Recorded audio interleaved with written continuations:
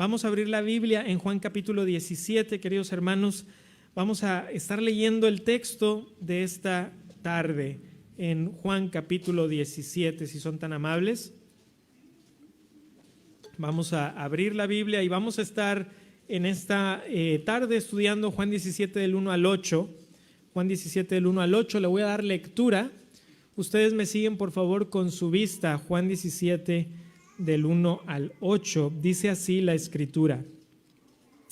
Estas cosas habló Jesús y levantando los ojos al cielo dijo: Padre, la hora ha llegado.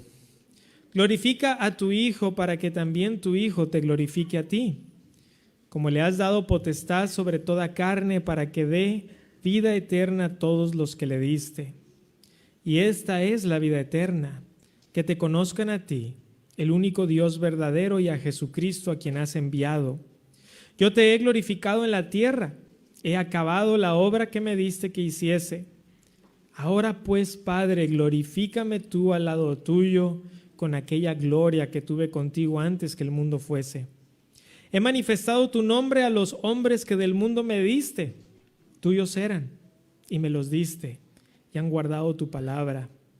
Ahora han conocido que todas las cosas que me has dado proceden de ti, porque las palabras que me diste les he dado, y ellos las recibieron, y han conocido verdaderamente que salí de ti, y han creído que tú me enviaste. Esta es la palabra de Dios. Vamos a orar.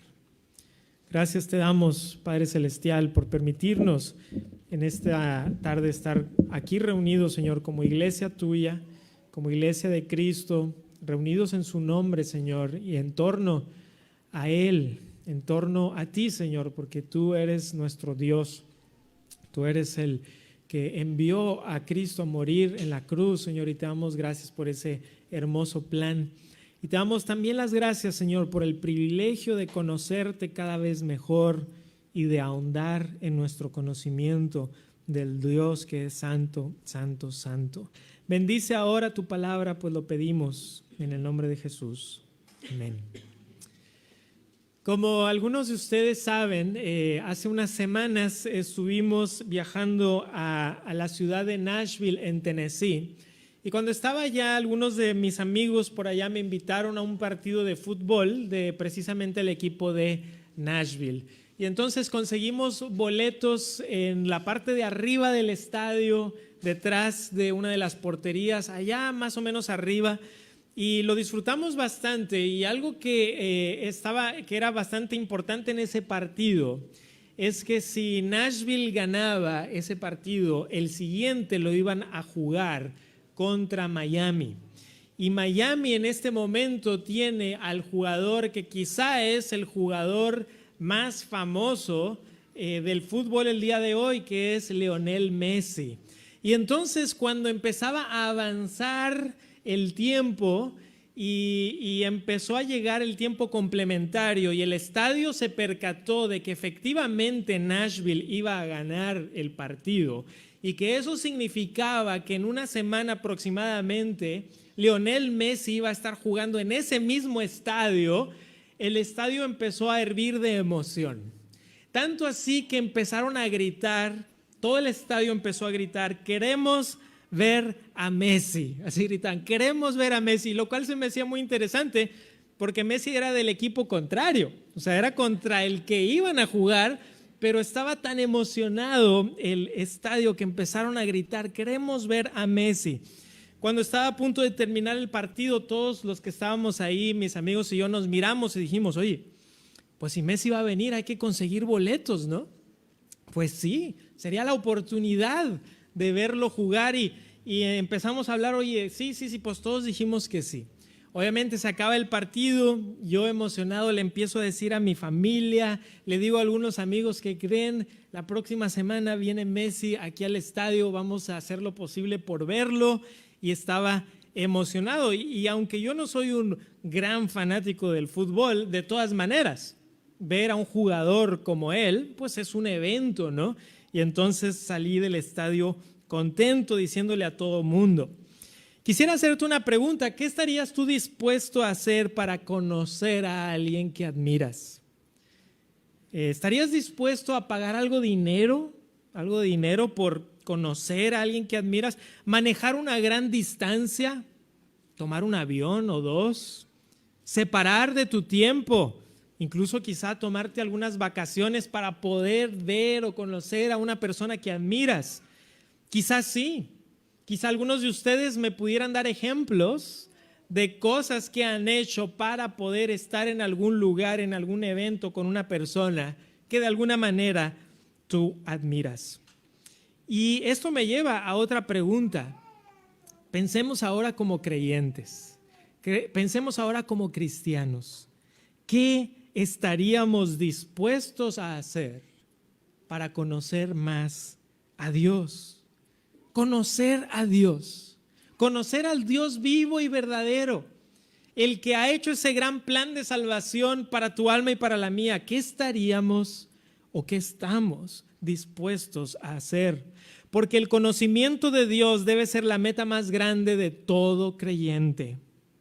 Y en este pasaje, hermanos, en Juan capítulo 17, vamos a estar aprendiendo precisamente de eso y vamos a responder una pregunta muy sencilla. ¿Por qué debo conocer a Dios?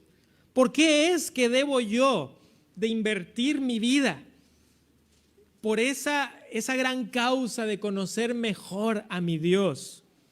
Bueno, vamos a ver varias cosas, ¿les parece bien? Primeramente, vamos a ver que debemos conocer a Dios primero porque la vida eterna es conocer a Dios. Porque la vida eterna es conocer a Dios. Estamos en Juan capítulo 17, vamos al versículo 1, lo leo de nuevo. Dice: estas cosas habló Jesús y levantando los ojos al cielo dijo: Padre, la hora ha llegado, glorifica a tu Hijo para que también tu Hijo te glorifique a ti. Hermanos, estamos en el aposento alto, ¿verdad? Y Jesucristo ha estado hablándole a sus discípulos. Jesucristo ha estado dando instrucciones a sus discípulos. Él les ha estado diciendo a sus discípulos lo que ha de acontecer. Pero en Juan capítulo 17, a partir del versículo 1, hay un pequeño e importante cambio. Que ahora nuestro Salvador ya no está hablándoles directamente a los apóstoles, sino que ahora mira al cielo y comienza una conversación con el Padre. Imagínense el privilegio que tenemos 2000 años después aproximadamente de este suceso, de poder escuchar esa conversación que Dios Hijo está teniendo con Dios Padre. Nosotros no estuvimos ahí en el aposento alto, pero por medio de la Escritura se nos revela esta conversación entre la persona del Hijo y la persona del Padre. Y podemos ver qué es lo que el Hijo le dice al Padre en estas últimas horas antes de ir a la cruz. Una conversación. Y en esta conversación Jesucristo dice que ha llegado su hora. Me encanta esto. Cuando empezamos a estudiar Juan, hace ya un buen número de meses, cuando Cristo hace su primera señal, su primer milagro, dice: no ha llegado mi hora. Y a lo largo del Evangelio hemos visto a Jesucristo diciendo: voy hacia ese momento, voy hacia la hora, pero no ha llegado. Pues finalmente ha llegado la hora. Y la hora de la cual habla el Señor Jesucristo, como hemos aprendido anteriormente, se refiere al tiempo de su muerte, ¿verdad? De su crucifixión y muerte, de su sepultura, de su resurrección, de su ascenso. Esa hora se refiere al tiempo de la pasión del Señor Jesucristo, se refiere a esa obra expiatoria del Hijo en la cruz. Y Cristo dice: ha llegado. Ese tiempo en el cual daré mi vida por el mundo, ha llegado la hora, finalmente. Y Jesucristo pide en oración que Él sea glorificado para que Él, Jesús, glorifique al Padre. Y en el contexto de lo que está a punto de pasar, esta gloria sucedería por medio de la muerte de Jesús en la cruz.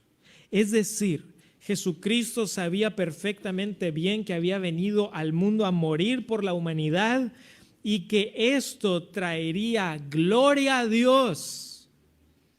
Es en esa cruz lo que muchos considerarían la vergüenza, considerarían la derrota, ahí Dios, ahí Jesús vencería por siempre a la maldad, a la muerte, y sería el gran triunfo ahí en la cruz. Miren el versículo 2, dice, como le has dado potestad sobre toda carne para que dé vida eterna a todos los que le diste. Por medio de esa muerte de Jesús en la cruz, en la cual Cristo muere en nuestro lugar, Cristo daría vida eterna a todos los que le habían sido dados por el Padre. Eso es lo que dice aquí.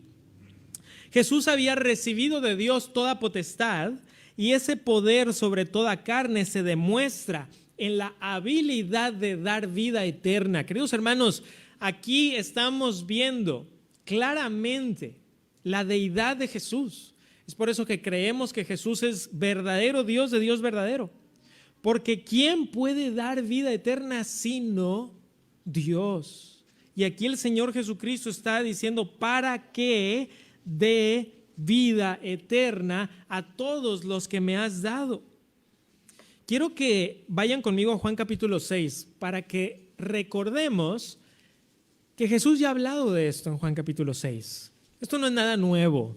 Este lenguaje de aquellos que tú me has dado, yo les daré vida eterna, eso ya Cristo ya nos lo había enseñado en Juan capítulo 6, versículos 37 al 40, Juan 6, 37 al 40, les invito a que vayan ahí, Juan 6, 37 al 40, dice así la palabra de Dios, y aquí es Jesucristo diciendo, todo lo que el Padre me da, vendrá a mí, y el que a mí viene no le echo fuera, porque he descendido del cielo no para hacer mi voluntad, sino la voluntad del que me envió. Y esta es la voluntad del Padre, el que me envió, que de todo lo que me diere, no pierda yo nada, sino que lo resucite en el día postrero. Y esta es la voluntad del que me ha enviado, que todo aquel que ve al Hijo y cree en Él, tenga vida eterna, y yo le resucitaré en el día postrero. Entonces, queridos hermanos, lo que vemos en Juan capítulo 6, que también vimos en Juan 8 y hemos visto en Juan 10 y hemos visto por todo el Evangelio según San Juan, es que aquellos que son dados por el Padre al Hijo, creerán en el Hijo y obtendrán la vida eterna. Es por eso que aquí en el 6:39 que acabamos de leer dice que de todo lo que me diere, no pierda yo nada, sino que lo resucite en el día postrero. Siempre que hablamos de la doctrina de la elección, muchas personas y muchos cristianos se ponen un poquito nerviosos, ¿no? Incluso muchos pastores se ponen nerviosos, ¿verdad? ¿Y cómo lo decimos? Pero hermanos, la doctrina de la elección, que aquí vemos claramente en Juan 17:2, si regresamos ahí, cuando dice, para que dé vida eterna a todos los que me diste, y está hablando de este plan perfecto de Dios. Esta doctrina no debe de causarnos nerviosismo, sino profunda alegría, profunda confianza en que Dios está a cargo del plan y que Él lo va a llevar a cabo de manera perfecta. A mí me causa profundo amor por Dios al saber que tenemos un Dios soberano, amoroso, y que aquella cosa que Dios destina a hacer se lleva a cabo. Ahora, ¿por qué nos ponemos a veces un poco nerviosos con una doctrina como esta? Pues quizá porque vemos cosas en el texto y queremos sacarle la vuelta, pero me parece muy complicado sacarle la vuelta a algo que la Escritura claramente nos dice en un pasaje como este, o como Romanos 8:29, vamos ahí. Romanos 8:29, Pablo está diciendo lo mismo que dijo Jesús. Está usando palabras diferentes para hablar de las mismas cosas. Romanos 8:29 al 32. Si el Señor lo permite, en los próximos años estudiaremos Romanos. Todavía no estoy seguro exactamente cuándo, pero si Dios nos da vida y me la da a mí también, es uno de los planes. Bueno, Romanos 8:29 al 32, miren lo que dice, porque a los que antes conoció, también los predestinó para que fuesen hechos conformes a la imagen de su Hijo, para que Él sea el primogénito entre muchos hermanos. Y a los que predestinó, a esos también llamó. Y a los que llamó, a esos también justificó. Y a los que justificó, a esos también glorificó. ¿Qué pues diremos a esto? Si Dios es por nosotros, ¿quién contra nosotros? El que no escatimó ni a su propio Hijo, sino que lo entregó por todos nosotros, ¿cómo no nos dará también con Él todas las cosas? Esta doctrina debe dar seguridad al creyente. Ahora, hermanos, no voy a ahondar en esta tarde en la doctrina de la elección y de la doctrina de la predestinación, pero déjenme decirles que ya he hablado de manera extensa al respecto. Di varias clases, no me acuerdo si son 5 o 8 clases que di al respecto. Si a alguien le interesa, me puede decir, le envío el enlace de cuando hablamos de esta doctrina de manera tendida, de manera larga, viendo todos los versículos y todo eso. Ahí está en internet, la pueden ver con tranquilidad, haciendo pausas, haciendo apuntes, pero lo que les puedo decir es que a mí es una doctrina que me trae profunda tranquilidad. Ahora, si regresamos a Juan capítulo 17, en el próximo versículo vemos una declaración impresionante de Jesús en donde nos dice lo que la vida eterna es. Miren Juan 17:3, y esta es la vida eterna, que te conozcan a ti, el único Dios verdadero, y a Jesucristo, a quien has enviado. Hermanos, en el mundo evangélico muchas veces la vida eterna se resume solamente a ir al cielo. Eso es la vida eterna, es ir al cielo. Tanto así que se convierte casi en una doctrina como de escapismo. O sea, hay que escapar de aquí para ir al cielo. Ahora, la vida eterna incluye ir al cielo, ¿sí? Hace algunas semanas atrás estuvimos hablando sobre el cielo, lo que es, lo que significa el reino de Dios. Pero ese es uno de los elementos de la vida eterna. La vida eterna se disfruta desde el momento de la regeneración y de la conversión, en donde ya empezamos a disfrutar de esa vida eterna. Fundamentalmente, ¿qué nos está diciendo Jesús aquí? Esta es la vida eterna, conocer a Dios. Por lo tanto, la vida eterna es algo que se disfruta desde el presente en la vida del cristiano. No tienes que decir, bueno, cuando ya se acabe mi tiempo aquí en la tierra, mi peregrinar por la tierra, entonces comenzaré a disfrutar de la vida eterna. ¿No? Les voy a leer un par de pasajes, no tienen que ir ahí, se los leo. Juan 5:24, de cierto os digo, el que oye mi palabra y crea al que me envió, tiene vida eterna y no vendrá a condenación, mas ha pasado de muerte a vida.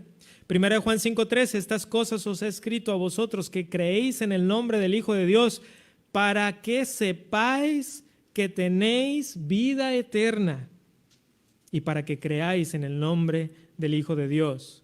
No es para que algún día, a ver si, es para que sepas que tienes. Así que la vida eterna tiene que ver con este conocimiento de Dios, esta búsqueda de conocerle. Por eso los creyentes que disfrutan de la vida eterna la disfrutan en el conocimiento del Dios vivo. Conocer a Dios debe ser una de las grandes metas de todo cristiano. Pero quiero que noten cómo el conocimiento de Dios viene a la par del conocimiento de Jesús, porque dice ahí en el mismo versículo, donde estamos en el 3, dice, que te conozcan a ti, el único Dios verdadero, y a Jesucristo, a quien has enviado. Conocer a Jesús es conocer a Dios, porque Jesucristo es el enviado por Dios que nos revela a Dios. Así comenzó el Evangelio de Juan en el capítulo 1.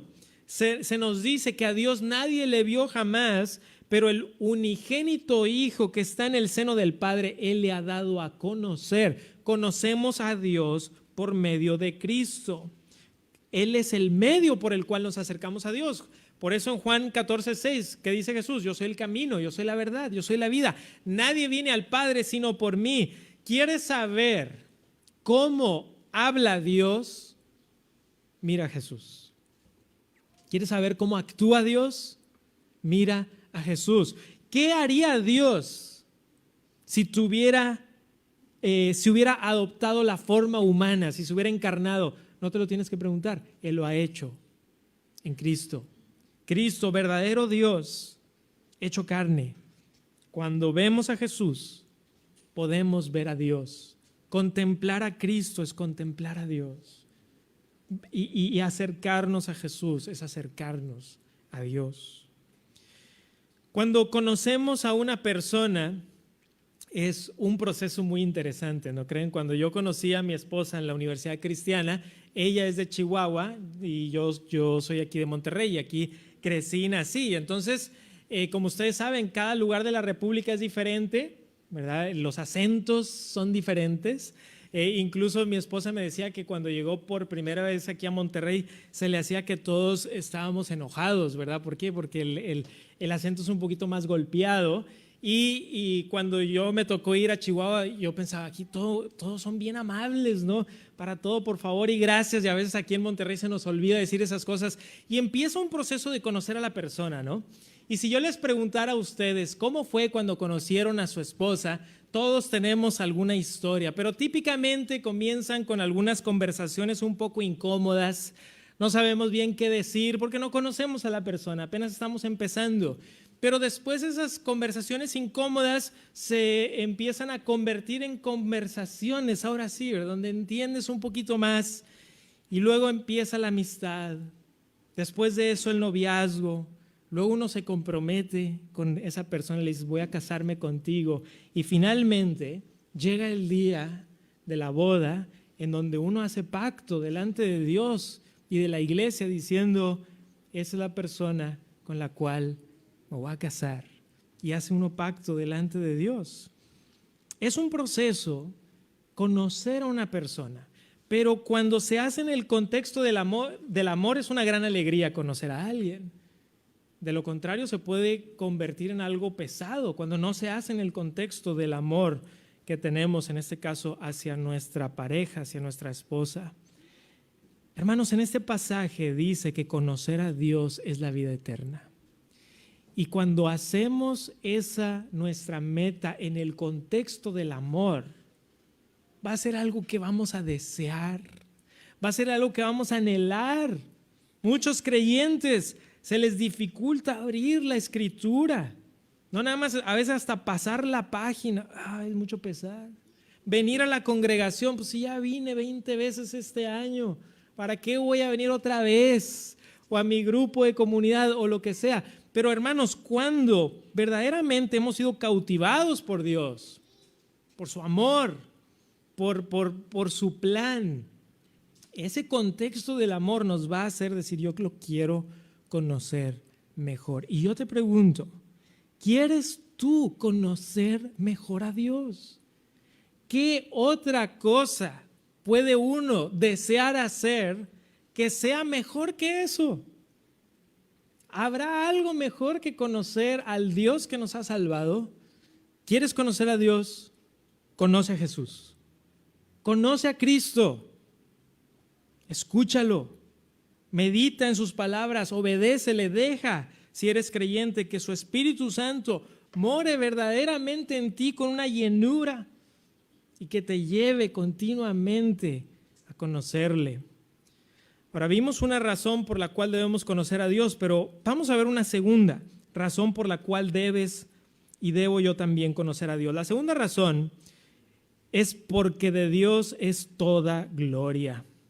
De Dios es toda gloria. Miren el versículo 4 de Juan 17, dice, yo te he glorificado en la tierra, he acabado la obra que me diste que hiciese. Qué seguridad del Señor Jesús, ¿verdad? Yo te he glorificado en la tierra. Era un hecho indudable. Cristo no está diciendo, Señor, no, te he glorificado. Al cumplir la voluntad de Dios en todo, Jesús glorificó a Dios. Ahora, hermanos, pensemos en esto. Dios Padre, Dios Hijo y Dios Espíritu Santo, en la eternidad pasada, ya se glorificaban. Ellos no tuvieron que esperar, por así decirlo, hasta la creación del mundo para entonces que hubiera gloria de Dios. Esa es una de las cosas que creemos y una de las razones por las cuales creemos en un Dios trino. No creemos en un Dios solitario, Creemos en un Dios trino desde eternidad pasada, que ya vivía en amor, que ya se glorificaba a sí mismo y que cuando Él crea el mundo, no crea el mundo porque necesita gloria, sino crea el mundo para desplegar su gloria.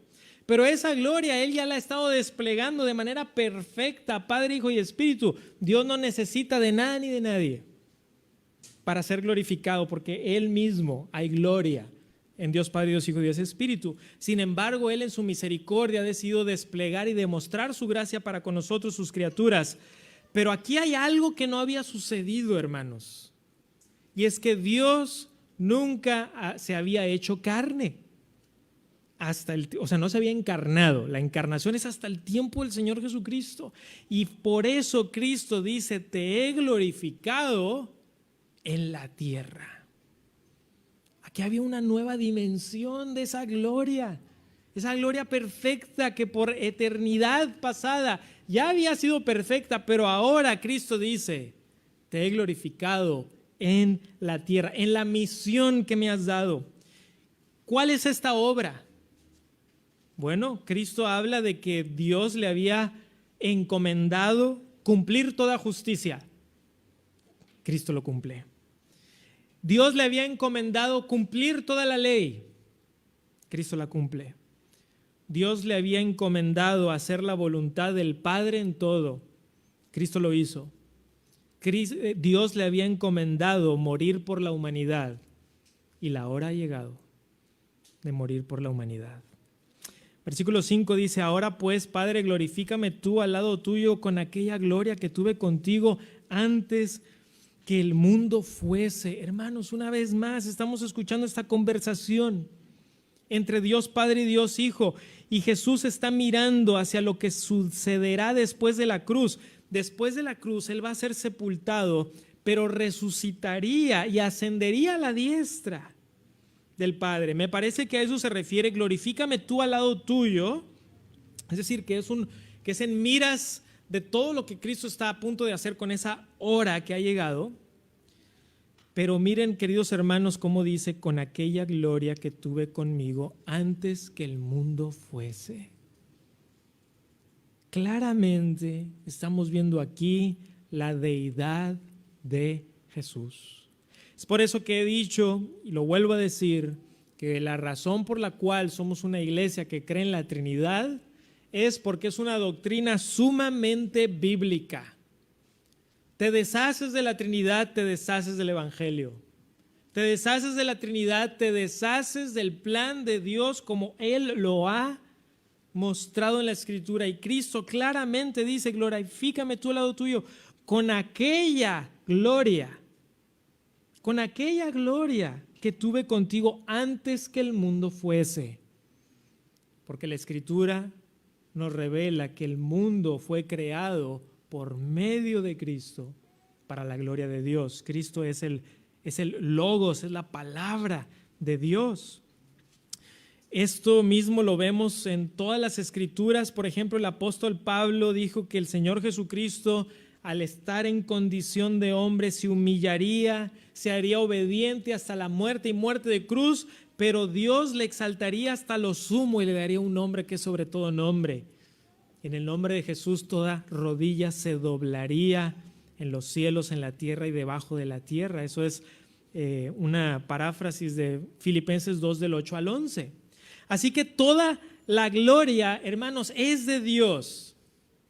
El Padre está glorificando al Hijo, el Hijo está glorificando al Padre, y por supuesto, como hemos visto en Juan capítulo 16 y lo veremos después, también está ahí el Espíritu Santo, ¿verdad? Porque hemos visto en las semanas pasadas del Espíritu que sería enviado y que procede del Padre y del Hijo y que glorifica al Padre y el Hijo. Hay una glorificación mutua. La gloria es de Dios, por eso debes de conocerle, porque de Él es toda gloria. No hay ser humano que tenga toda gloria.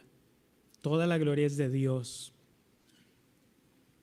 Se podrán imaginar que estaba yo emocionado por aquel boleto que íbamos a comprar. Costaba $30 esa semifinal y entonces dijimos, bueno, oye, por $30 ver a Lionel Messi no está nada mal. Y le dije a mi amigo, ¿tú los vas a comprar? Dice, no te preocupes, yo los compro. Ok, entonces al siguiente día yo había dado por hecho que los boletos estaban comprados, yo ya me veía en el estadio ahí. Y entonces me habla mi amigo y me dice, oye, hubo un pequeño problema. ¿Y cuál? Dice, bueno, ese boleto que nos había costado en la semifinal $30, pero ahora la final, donde va a estar jugando Messi, ha subido de precio. El promedio del boleto es $2,500. Y me dice, y el boleto más barato, que es donde estábamos nosotros allá hacia arriba, dice, está en $1,500. ¿Qué piensas? Y entonces, días después, pude ver a Messi en la televisión de un amigo, en la comodidad de su casa, sin gastar $2,500. Ahora, habrá alguien quizá que es tan fanático de Messi que diría, hermano, yo $2,500 los pagaba, o quizá alguien que diga, yo estuve ahorrando para eso. En mi caso no era la situación y dije, a ver, estamos aquí, ese no es el propósito, no voy a gastar ese dinero, vengo con mi esposa y mis hijos, y gastar ese dinero así no me pareció lo más sabio. Así es que sí pude verlo, pero desde la pantalla. Pero me hizo pensar, queridos hermanos, cuando estaba viendo el partido estaba lleno, no cabía ni un alfiler ahí. Es decir, hubo muchísima gente que estuvo dispuesto a pagar ese dinero y quizás hasta más con tal de ver a este famoso jugador. Y me hacía pensar que cuando se trata de conocer a Dios, hermanos, no tienes que pagar $2,500.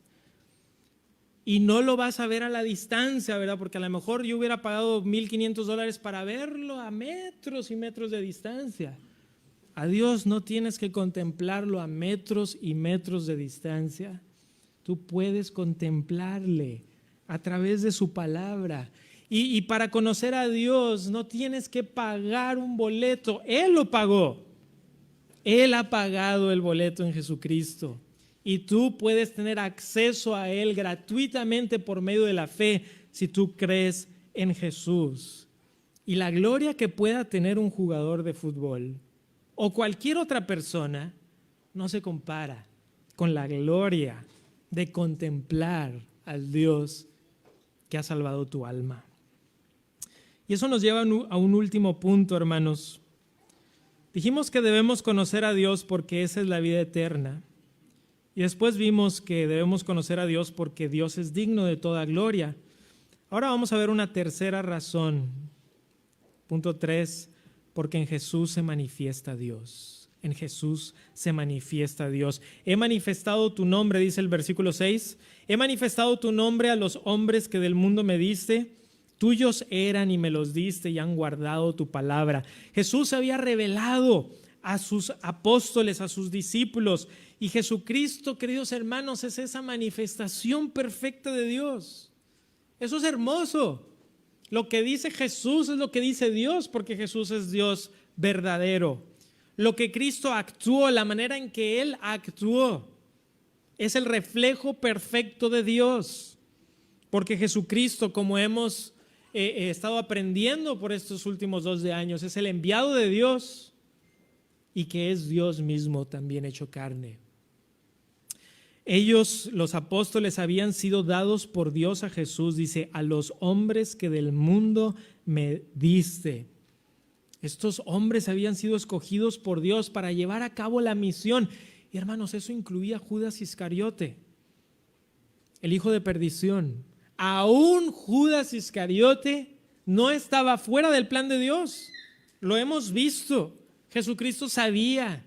Jesucristo le dice, lo que tengas que hacer, hazlo más pronto. Él sale. Cristo no se está tomando esto por sorpresa. Cristo dice, esto es para que se cumpla la Escritura. Era el plan de Dios. Ellos habían sido dados por Dios para poder dar el mensaje. Porque dice aquí, he manifestado tu nombre y han guardado tu palabra. Hermanos, una señal de que en estos apóstoles se cumpliría el plan de Dios es que habían guardado su palabra.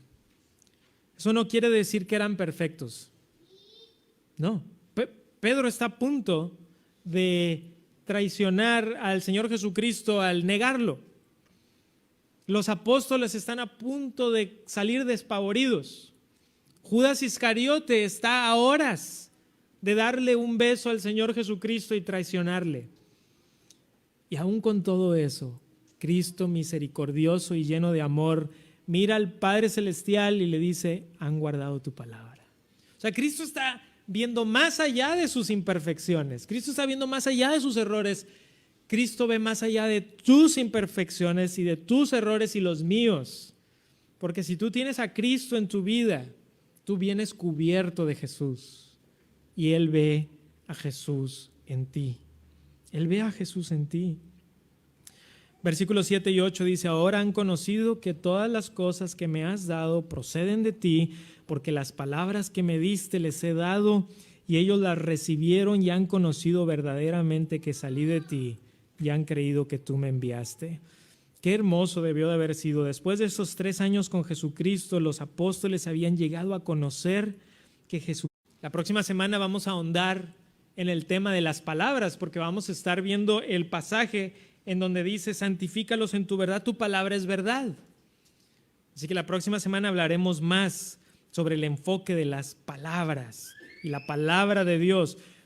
¿Cómo conocemos a Dios? Por medio de su revelación. Por medio de su revelación. Así que Jesús manifestó a Dios por medio de las palabras que Cristo habló, las cuales nosotros hemos recibido, en las cuales hemos creído y por lo tanto podemos conocer a Dios. Qué importante es recibir la palabra de Dios. Estaba viendo en internet que cuánto cuesta comprar un boleto para estar con una persona, comiendo en una mesa con una persona famosa.